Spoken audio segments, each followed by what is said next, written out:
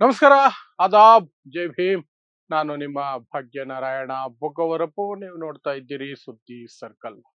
Iran Kuwait international airport ಮೇಲೆ drone ದಾಳಿ ನಡೆಸಿದೆ. ಆ ದಾಳಿ ಭೀಕರವಾಗಿತ್ತು. ಅದರಲ್ಲಿ ಭಾರತೀಯ ಪ್ರಜೆಯೊಬ್ಬರು ಸಾವನ್ನಪ್ಪಿದ್ದಾರೆ. 63ಕ್ಕಿಂತ ಹೆಚ್ಚು ಜನ ಗಾಯಗೊಂಡಿದ್ದಾರೆ. ಅಷ್ಟು ದೊಡ್ಡ ದಾಳಿಯಾಗಿದೆ.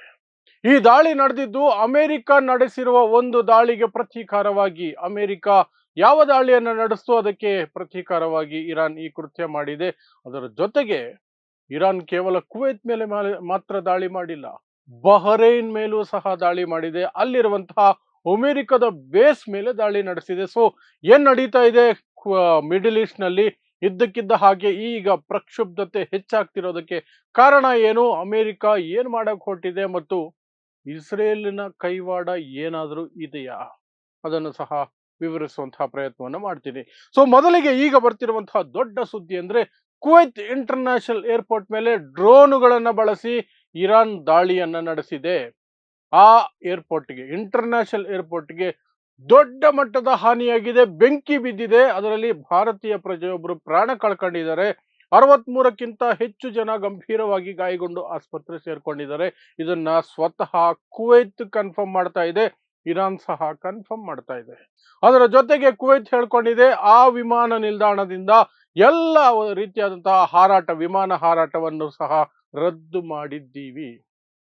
ಸೊ ಟೋಟಲ್ ಆಪರೇಷನ್ಸ್ ಸ್ಟಾಪ್ ಅಂತಹ ಪರಿಸ್ಥಿತಿ ಅಲ್ಲಿ ನಿರ್ಮಾಣ ಆಗಿದೆ. ಅದು ಮಾತ್ರ ಅಲ್ಲ, ಇನ್ನೊಂದು ಏರ್ ಬೇಸ್ ಮೇಲೂ ಸಹ ಕುವೈತ್ ನಲ್ಲಿ ಇರಾನ್ ದಾಳಿ ನಡೆಸಿದೆ. ಮಿಸೈಲ್ಗಳನ್ನ, ಡ್ರೋನ್ಗಳನ್ನ ಬಳಸಿಕೊಂಡು ದಾಳಿ ನಡೆಸಿದೆ. ಅದು ಅಲಿ ಅಲ್ ಸಲೇಮ್ ಏರ್ ಬೇಸ್ ಅನ್ನುವಂಥದ್ದು, ಅದರ ಮೇಲೆ ಕುವೈತ್ ನಲ್ಲಿ ಇರೋದು. ಅದರ ಮೇಲೂ ಸಹ ಇರಾನ್ ದಾಳಿ ನಡೆಸಿದೆ. ಅಷ್ಟು ಮಾತ್ರ ಅಲ್ಲ, ಬಹರೈನ್ ಮೇಲೂ ಸಹ ಇರಾನ್ ದಾಳಿ ನಡೆಸಿದೆ. ಬಹರೈನ್ ಅಂದ್ರೆ ಬಹರೈನ್ ಮೇಲಲ್ಲ, ಬಹರೈನ್ ನಲ್ಲಿರುವಂತಹ ಅಮೆರಿಕಾಗೆ ಸಂಬಂಧಪಟ್ಟಂತಹ ಕಟ್ಟಡದ ಮೇಲೆ ದಾಳಿಯನ್ನ ನಡೆಸಿದೆ. ಯಾವುದು? US ಫಿಫ್ತ್ ಫ್ಲೀಟ್ ಅನ್ನುವಂತಹ ಒಂದು ಜಾಗದ ಮೇಲೆ ಬಹರೇನ್ ನಲ್ಲಿರೋದು ಇರಾನ್ ದಾಳಿಯನ್ನ ನಡೆಸಿದೆ. ಯಾಕೆ ಇರಾನ್ ಇದ್ದಕ್ಕಿದ್ದ ಹಾಗೆ ಹೀಗೆ ದಾಳಿಗಳನ್ನ ನಡೆಸ್ತಾ ಇದೆ? ಇಷ್ಟು ದಿನ ಸ್ವಲ್ಪ ಶಾಂತಯುತವಾಗಿತ್ತಲ್ಲ ಒಂದು ಪರಿಸ್ಥಿತಿ, ಏನಾಯ್ತು ಅಂತಂದ್ರೆ ಅದು ಮೊನ್ನೆ ನಡೆದಂತಹ ಘಟನೆಗೆ ಪ್ರತೀಕಾರವಾಗಿ ಇರಾನ್ ಮಾಡಿರುವ ದಾಳಿ ಇದು. ಮೊನ್ನೆ ಏನ್ ನಡೀತು? ಮೊನ್ನೆ ಇರಾನ್ನ ಶೇಖಂ ದ್ವೀಪ, ಶೇಖಂ ಐಲ್ಯಾಂಡ್, ಅದರ ಮೇಲೆ ಅಮೆರಿಕ ದಾಳಿ ನಡೆಸ್ತು. ಆ ದಾಳಿಗೆ ಪ್ರತೀಕಾರವಾಗಿ ಅಮೆರಿಕದ ಮೇಲಿನ ಸಿಟ್ಟಿಗೆ ಅಮೆರಿಕಗೆ ಜಾಗ ಕೊಟ್ಟಿರುವಂತಹ ಕುವೈತ್, ಬಹರೇನ್ ಅಂತ ದೇಶಗಳ ಮೇಲೆ ಈಗ ಇರಾನ್ ಪ್ರತಿ ದಾಳಿ ನಡೆಸ್ತಾ ಇದೆ. ಇದನ್ನ ಇಡೀ ಅರಬ್ ರಾಷ್ಟ್ರಗಳು ಖಂಡಿಸಿದಾವೆ. ಅದರಲ್ಲೂ UAE ಖಂಡ ತುಂಡವಾಗಿ ಖಂಡಿಸಿದೆ. ಇರಾನ್ ಮಾಡ್ತಿರೋದು ತಪ್ಪು, ಇಂಟರ್ನ್ಯಾಷನಲ್ ಏರ್ಪೋರ್ಟ್ ಮೇಲೆ ದಾಳಿ ಮಾಡಿದೆ, ಇದನ್ನು ನಾವು ಖಂಡಿಸ್ತೀವಿ ಅಂತ ಹೇಳ್ಕೊಂಡಿದೆ. ಇರಾನ್ ಇಲ್ಲಿಯವರೆಗೆ ಅರಬ್ ರಾಷ್ಟ್ರಗಳ ಮೇಲೆ ದಾಳಿ ನಡೆಸಿದ್ರೆ ಅಲ್ಲಿರುವಂತಹ ಅಮೆರಿಕದ ಬೇಸುಗಳು, ಅಮೆರಿಕಕ್ಕೆ ಸಂಬಂಧಪಟ್ಟಂತಹ ಕಟ್ಟಡಗಳು, ಅಮೆರಿಕಕ್ಕೆ ಸಂಬಂಧಪಟ್ಟಂತಹ ಆಸ್ತಿಗಳ ಮೇಲೆ, ಕಂಪನಿಗಳ ಮೇಲೆ ದಾಳಿ ನಡೆಸ್ತಿತ್ತು. ಬಟ್ ಈಗ ನೇರ ಇಂಟರ್ನ್ಯಾಷನಲ್ ಏರ್ಪೋರ್ಟ್ಗಳನ್ನ ಟಾರ್ಗೆಟ್ ಮಾಡ್ತಾ ಇದೆ. ಯಾಕೆ ಅಂತಂದ್ರೆ ಅಮೆರಿಕ ಅಷ್ಟು ಕಿರಿಕಿರಿ ಮಾಡ್ತಾ ಇದೆ. ಸೊ ಈಗ ಬರೋಣ, ಏನಕ್ಕೆ ಇದ್ದಕ್ಕಿದ್ದ ಹಾಗೆ ಅಷ್ಟೊಂದು ಪ್ರಕ್ಷುಬ್ಧತೆ ಜಾಸ್ತಿ ಆಗಿದೆ, ದಾಳಿಗಳು ಜಾಸ್ತಿ ಆಗಿದೆ ಅಂದ್ರೆ? ಅಮೆರಿಕ ಒಂದು ಕಡೆ ಮಾತುಕತೆ, ಶಾಂತಿ ಒಪ್ಪಂದ ಇನ್ನೇನು ಮುಗೀತು, ಸಿಗ್ನೇಚರ್ ಒಂದೇ ಬಾಕಿ ಅಂತ ಹೇಳ್ಕೊಂಡು ಓಡಾಡ್ತಾನೆ, ಆಗಾಗ ಇರಾನ್ ಮೇಲೆ ದಾಳಿಗಳನ್ನ ನಡೆಸ್ತಾನೆ ಇರುತ್ತೆ. ಕಳೆದ 10 ದಿನಗಳ ಹಿಂದೆ ಇರಾನ್ನ ಶಸ್ತ್ರಾಸ್ತ್ರಗಳ ಸಂಗ್ರಹ ಇರುವಂತಹ ಪ್ರದೇಶದ ಮೇಲೆ ದಾಳಿ ನಡೆಸಿತ್ತು ಅಮೆರಿಕ. ಆಗಲೂ ಸಹ ಇರಾನ್ ಎಚ್ಚರಿಕೆ ಕೊಟ್ಟಿತ್ತು, ಇದನ್ನ ನಾವು ಸಹಿಸ್ಕೊಳ್ಳೋದಿಲ್ಲ, ಪ್ರತೀಕಾರ ತೀರಿಸ್ಕೊಳ್ತೀವಿ, ಪ್ರತಿರೋಧ ಒಡ್ಡುತ್ತೀವಿ, ಪ್ರತಿ ದಾಳಿ ನಡೆಸ್ತೀವಿ, ಎಚ್ಚರಿಕೆ ಅಂತ. ಆದ್ರೂ ಅಮೆರಿಕ ಮೊನ್ನೆ ಮತ್ತೆ ಇನ್ನೊಂದು ದ್ವೀಪ, ಶೇಖಂ ದ್ವೀಪದ ಮೇಲೆ ದಾಳಿ ನಡೆಸ್ತು. ಅದರಿಂದ ಈಗ ಇರಾನ್ ಕೆರಳಬಿಟ್ಟಿದೆ. ಶಾಂತಿ ಮಾತುಕತೆ ಅಂತಾರೆ, ಸೀಸ್ ಫೈರ್ ಅಂತಾರೆ, ಯಾವುದೂ ಸಹ, ಎಲ್ಲವೂ ಸಹ ಏನೋ ಒಂದು ರೀತಿ ಏನಾಗಿದೆ ಅಂತಲೇ ಗೊತ್ತಿಲ್ಲ, ಅಯೋಮಯ ಆಗ್ಬಿಟ್ಟಿದೆ. ಅಮೆರಿಕದ ಪ್ರಕಾರ ಈಗ ಸೀಸ್ ಫೈರ್ ನಡೀತಾ ಇದೆ. ಇರಾನ್ ಹೇಳ್ತಿದೆ, ನಾವು ಯಾವ ಸೀಸ್ ಫೈರ್ಗೂ ಸೈನ್ ಮಾಡಿಲ್ಲ, ಅಮೆರಿಕ ಹೇಳಿರೋದ್ರಿಂದ ನಾವು ಸುಮ್ಮನಿದ್ದೀವಿ, ನಮ್ಮ ಮೇಲೆ ದಾಳಿ ಆದ್ರೆ ನಾವು ಸುಮ್ಮನೆ ಇರಲ್ಲ ಅಂತ. ಇನ್ನೊಂದು ಕಡೆ ಶಾಂತಿ ಮಾತುಕತೆಗಳು, ಶಾಂತಿ ಒಪ್ಪಂದ ಅಂತ ಅಮೆರಿಕ ಹೇಳ್ಕೊಂಡು ಓಡಾಡ್ತಿದೆ. ಅದಕ್ಕೆ ಮಧ್ಯಸ್ಥಿಕೆಯನ್ನ ಪಾಕಿಸ್ತಾನ ವಹಿಸ್ತಾ ಇದೆ ಅಂತ ಅಮೆರಿಕ ಹೇಳುತ್ತೆ, ಪಾಕಿಸ್ತಾನನೂ ಹೇಳುತ್ತೆ. ಇರಾನ್ ಆ ಮಾತುಕತೆಗಳಿಗೆ ಬರೋದಿಲ್ಲ.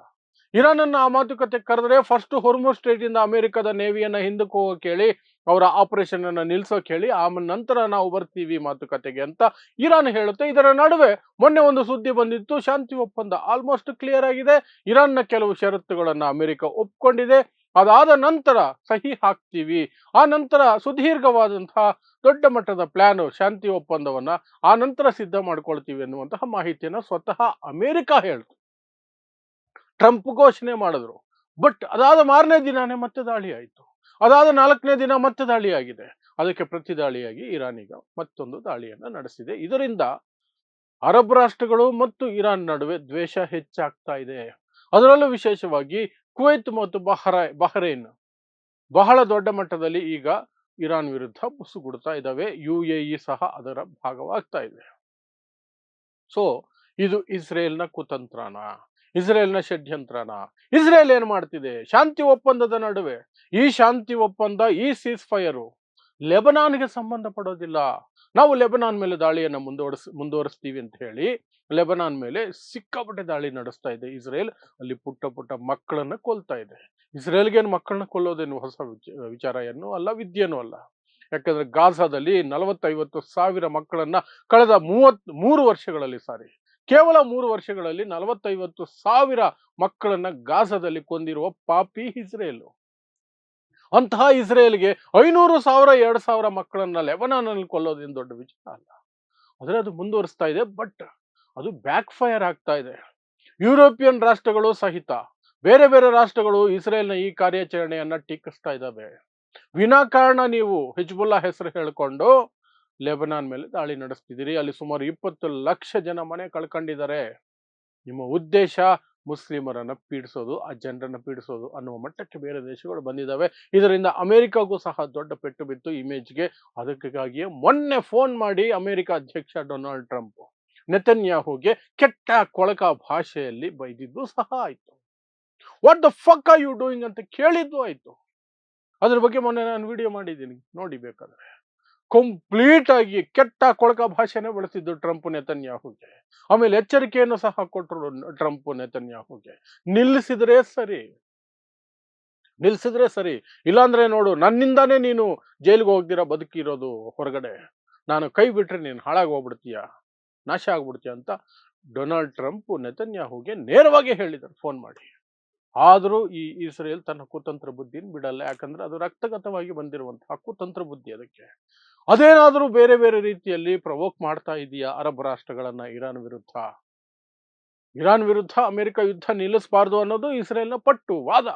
ಆ ಕಾರಣಕ್ಕೆ ಟ್ರಂಪ್ಗೂ ನೆತನ್ಯಾಹುಗೂ ಜಗಳ ಆಗಿರೋದು. ನೆತನ್ಯಾಹುಗೆ ಏನು ಯುದ್ಧ ಬೇಕು, ಇರಾನನ್ನು ಮುಗಿಸೋವರೆಗೂ ಯುದ್ಧ ಬೇಕು. ಯಾಕಂದ್ರೆ ನೆತನ್ಯಾಹು ಕಳ್ಕೊಳ್ಳೋದೇನೂ ಇಲ್ಲ, ಕಳ್ಕೊಳ್ಳೋದೆಲ್ಲ ಅಮೆರಿಕ, ಕಳ್ಕೊಂಡಿದ್ದೆಲ್ಲ ಅಮೆರಿಕನೇ. ಅಮೆರಿಕೆಗೆ ಮಾನ ಹೋಯ್ತು, ದುಡ್ಡು ಹೋಯ್ತು, ವರ್ಚಸ್ಸು ಹೋಯ್ತು, ಎಲ್ಲ ಹೋಯ್ತು ಇರಾನ್ ಮೇಲೆ 40 ದಿನ ಯುದ್ಧ ಮಾಡಿ. F-15 F-35ಗಳನ್ನು ಹೊಡೆದು ಬಿಸಾಕ್ಬಿಡ್ತು ಇರಾನ್. ಜಗತ್ತಲ್ಲಿ ಯಾರ ಕೈಲೂ ಆಗಿರ್ಲಿಲ್ಲ ಅದು. ಇರಾನ್ ಮಾಡಿ ತೋರಿಸ್ತು ಅಮೆರಿಕದ ವೀಕ್ನೆಸ್ ಇಡೀ ಜಗತ್ತಿಗೆ ಗೊತ್ತಾಯ್ತು. ಆ ಸಿಟ್ಟಲ್ಲಿ ಇರಬೇಕಾದ್ರೂ ಸಹ ಇಸ್ರೇಲ್ ತನ್ನ ಕುತಂತ್ರ ಬುದ್ಧಿಯನ್ನು ಕಂಟಿನ್ಯೂ ಮಾಡ್ತಿದ್ದೆ. ಅದಕ್ಕೇನೆ ಟ್ರಂಪ್ ಮೊನ್ನೆ ಅಷ್ಟು ಹುಚ್ಚುಚ್ಚಾಗಿ ರೇಗಾಡಿತ್ತು. ಆದರೂ ಇನ್ನೂ ನಿಲ್ಸಿಲ್ಲ ಇಸ್ರೇಲ್ ಅನ್ನೋದಕ್ಕೆ ಈ ಹೊಸ ಕಾನ್ಫ್ಲಿಕ್ಟ್ಗಳೇ ಒಂದು ಸಾಕ್ಷಿ. ಹಾಗಾದ್ರೆ ಈ ಹೊಸ ಕಾನ್ಫ್ಲಿಕ್ಟ್ಗಳು ಇನ್ನೂ ಉಲ್ಬಣ ಆಗುತ್ತಾ, ದೊಡ್ಡ ಮಟ್ಟದ ಯುದ್ಧ ಮತ್ತೆ ಶುರುವಾಗುತ್ತಾ? ಹೇಳಲಿಕ್ಕೆ ಬರಲ್ಲ. ಟ್ರಂಪ್ ಮೊದಲೇ ಚಿಕ್ಲ, ಬಟ್ ಟ್ರಂಪ್ಗೆ ಭಯ ಇದೆ, ಈ ಬಾರಿ ಯುದ್ಧಕ್ಕೆ ಹೋದ್ರೆ ಇನ್ನೊಂದಷ್ಟು ನಷ್ಟ ಆಗತ್ತೆ ಅಂತ. ಆ ಒಂದು ಭಯನೇ ಟ್ರಂಪ್ನ ಕಟ್ಟಿ ಹಾಕಿರೋದು. ಏನಾಗುತ್ತೆ ಅಂತ ಗೊತ್ತಿಲ್ಲ. ಒಟ್ಟಿನಲ್ಲಿ ಶಾಂತಿ ಮಾತುಕತೆ ಅನ್ನೋದು ಅಯೋಮಯ, ಸೀಸ್ ಫೈರ್ ಅನ್ನೋದು ಲೆಕ್ಕಕ್ಕಿಲ್ಲ, ಎಂಥದ್ದು ಇಲ್ಲ. ಒಟ್ಟಿನಲ್ಲೊಂದು ಅರಾಜಕತೆ ನಡೀತಾ ಇದೆ ಮಿಡಲ್ ಈಸ್ಟ್ ಅಲ್ಲಿ. ಅಮೆರಿಕ ಅದನ್ನು ಆರಂಭಿಸ್ತು, ಇರಾನ್ ಅದನ್ನು ಕಂಟಿನ್ಯೂ ಮಾಡ್ಕೊಂಡು ಹೋಗ್ತಿದೆ. ಇರಾನ್ ಹೇಳ್ಕೊಳ್ತಿರೋದು ನಮ್ಮ ಸಾರ್ವಭೌಮತ್ವವನ್ನು ನಾವು ಕಾಪಾಡ್ಕೊಂಡು ಹೋಗ್ತಿದೀವಿ, ನಮ್ಮ ದೇಶವನ್ನು ಕಾಪಾಡ್ತಾ ಇದೀವಿ, ನಮ್ಮ ಪ್ರಾಣ ಇರೋವರೆಗೂ ನಾವು ಕಾಪಾಡ್ತೀವಿ, ಶರಣಾಗೋ ಮಾತೇ ಇಲ್ಲ ಅಷ್ಟೇ. ಸೊ ಏನೇನಾಗುತ್ತೋ ಗೊತ್ತಿಲ್ಲ. ಈಗ ಈ ಕಾರಣಗಳಿಂದಾಗಿ ಇಡೀ ಜಗತ್ತಲ್ಲಿ ಮತ್ತೆ ಆಯಿಲು, ಡಾಲರು ಎಲ್ಲವೂ ಸಹ ಒಂದಷ್ಟು ಏರಿಕೆ ಪೇರಿಕೆ ಏನೇನೋ ಆಗುತ್ತೆ. ಒಟ್ಟಿನಲ್ಲಿ ಎಂಡ್ ಆಫ್ ದ ಡೇ ಸಾಮಾನ್ಯ ಪ್ರಜೆಗಳು, ಅದು ಯಾವುದೇ ದೇಶದಲ್ಲಿ ಇರಲಿ, ಅವರಿಗೆ ಎಫೆಕ್ಟ್ ಆಗುತ್ತೆ. ಭಾರತದಲ್ಲೂ ಸಹ ಎಫೆಕ್ಟ್ಗಳು ಕಂಡು ಬರ್ತವೆ ಸ್ವಲ್ಪ ದಿನಗಳಲ್ಲಿ. ನೋಡೋಣ ಏನೇನಾಗುತ್ತೆ ಅಂತ. ಸೊ ಇದಿಷ್ಟು ಹೊಸ ಅಪ್ಡೇಟು, ಇರಾನ್ ಮತ್ತು ಅಮೆರಿಕ ಯುದ್ಧದ ನಡುವೆ ಆಗ್ತಿರುವಂತಹ ಅಪ್ಡೇಟ್. ಸೊ ಇಂತಹದ್ದೇ ವಿಶೇಷ ಸುದ್ದಿಗಳಿಗಾಗಿ ನೋಡ್ತಾ ಇರಿ ಸುದ್ದಿ ಸರ್ಕಲ್. ನಾನು ನಿಮ್ಮ ಭಾಗ್ಯನಾರಾಯಣ ಬೊಗವರಪು.